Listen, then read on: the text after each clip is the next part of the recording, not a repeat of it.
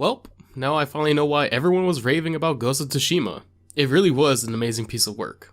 And then that is the video. Just kidding, you're going to have to deal with me for a bit more, unless you already exited, then that's cool I guess. In all seriousness though, however, I'm going to be talking about Ghost of Tsushima, a bit more importantly, more about Jin. And we are more than likely going to be talking about spoilers, so if you don't want to be spoiled, then I suggest turning away now. Or if you don't care, then do what you want to do, I don't care either. Or if you just want to hear what my thoughts are, then welcome. Going into Ghost of Tsushima, I set the bar very low because of how many people were hyping it up. And it's always best for me to do so just in case I don't get my hopes up. However, they weren't wrong. Ghost of Tsushima is definitely a work of art that I'm going to remember for a long time. Heck, even thinking about it right now, it may crack into my top 10 games. Who really knows? There's a ton to love about this game, from the amazing cinematography to the absolute wonderful soundtrack that just seems to captivate every moment wonderfully, all the way to one of the better gameplay systems out there. Then the cherry on top of it all was the wonderful story that really pulled everything together nicely. However, I won't go on and on about all of these things because the thing that really drove the game home for me was Jin. If you have eyed my channel for a while, then you probably have a sense of what characters I like or what characters I'm drawn to. Or if this is your first video from me that you've seen, then Jin fits the mold of characters that I love. At the start of the game, I wouldn't say that I disliked Jin, but would say that he is more naive about the situation at hand. And this was one of the biggest recurring themes in this game, that holding on to past belief systems or ideals can be very bad depending on the situation. And Jin was a victim of being trapped in the past, due to honor.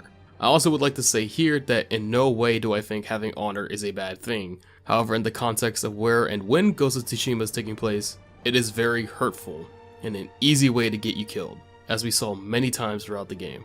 I really love Jin's internal struggle that he had throughout the whole game, because very early in the game we saw how much he cared for having honor, or more or less how he wanted to die having it, because at the time that was his mindset, and it was the right thing for him to do, and that's what he thought and believed in. However, throughout the whole game we saw that start to break bit by bit. It's really hard to pin down the exact moment where Jin started to have this change of heart, but come the end of the first chapter, Jin has already become a very different person than the person he was at the very start. At this point, Jin has seen and heard a lot. People are dying around him in ways that aren't human, like the Mongols are leaving nothing but homes destroyed, land ruined, and families separated forever. And that was just about the first hour or so into the game. Even after seeing all of this, Jin still wanted to fight with honor and kill the Mongols with honor. However, you could tell somewhere inside of him he knew that this wasn't the right course of action. Then at the end of the first chapter, Jin is borderline accepting of being a ghost. However, you can tell he's still stuck in between the two of having honor while also trying to be a ghost. His perspective has changed, and even some of his tactics he said he would never do are starting to become his go-to option. However, when his uncle is around, he forgets all of the stuff about being a ghost. And this was something I really loved about Jin throughout his whole growth, or more or less I found interesting. Before I dive too much further into this, I just want to say I know times and traditions are very different from then to now, so just stick with me here a bit. Whenever Jin's uncle was around, you could feel like Jin just had a deep-rooted fear for his uncle. Not in the sense that his uncle would hurt him in any way. In fact, I think most people would love to have an uncle like Jin's. But it was like a fear of what his uncle would think of him. Of course, like I said, tradition has come a long way. Still not perfect, nor will it be perfect. But it's come far enough where situations like these aren't in the norm anymore. Where we have to fear what others think of us. For what we do, or for what we say. Of course, we will always have people judge us based on what we do and look, but a lot more people are more accepting of it nowadays. But during this game's timeline, you couldn't change who you were or are due to the fear of what others would think of you. And sadly, Jin was stuck in between this as well. We saw constantly how Jin's whole attitude changed whenever his uncle was around, because like I said, I feel like he had a fear of what his uncle would think of him, becoming the ghost. However, during the second chapter, this is where Jin finally let himself be free. We are at a point now where we saw how much he's changed his perspective from the way he talks to the way he strategizes his next attack.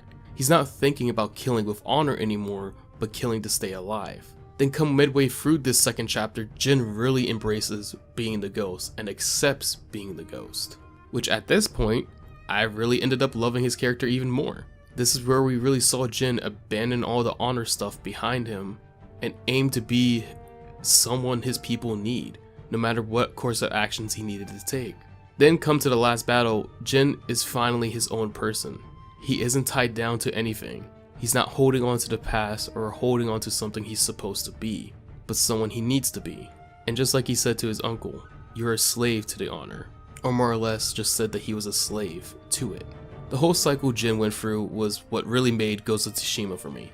Yeah, this game is amazing, but I really don't think if we had Jin at the helm of this game, it would just be a good game. But not this good if he wasn't there, if he wasn't the main character. I also feel that a lot of people can take away a lot from Jin by just following along in his journey. Yeah, people may give you the side eye or turn their backs on you, but don't hold yourself to their standards. Be the person you want to be and the person you need to be. Don't let this world dictate who you are. Just be you. Just, don't go around doing anything illegal, because I don't condone that. And you really shouldn't put others in harm's way, because that just makes you an a-hole. And you deserve what's coming to you if you do that stuff. This is the end of the video, and I hope y'all enjoyed it. Until the next one, I will see you all later.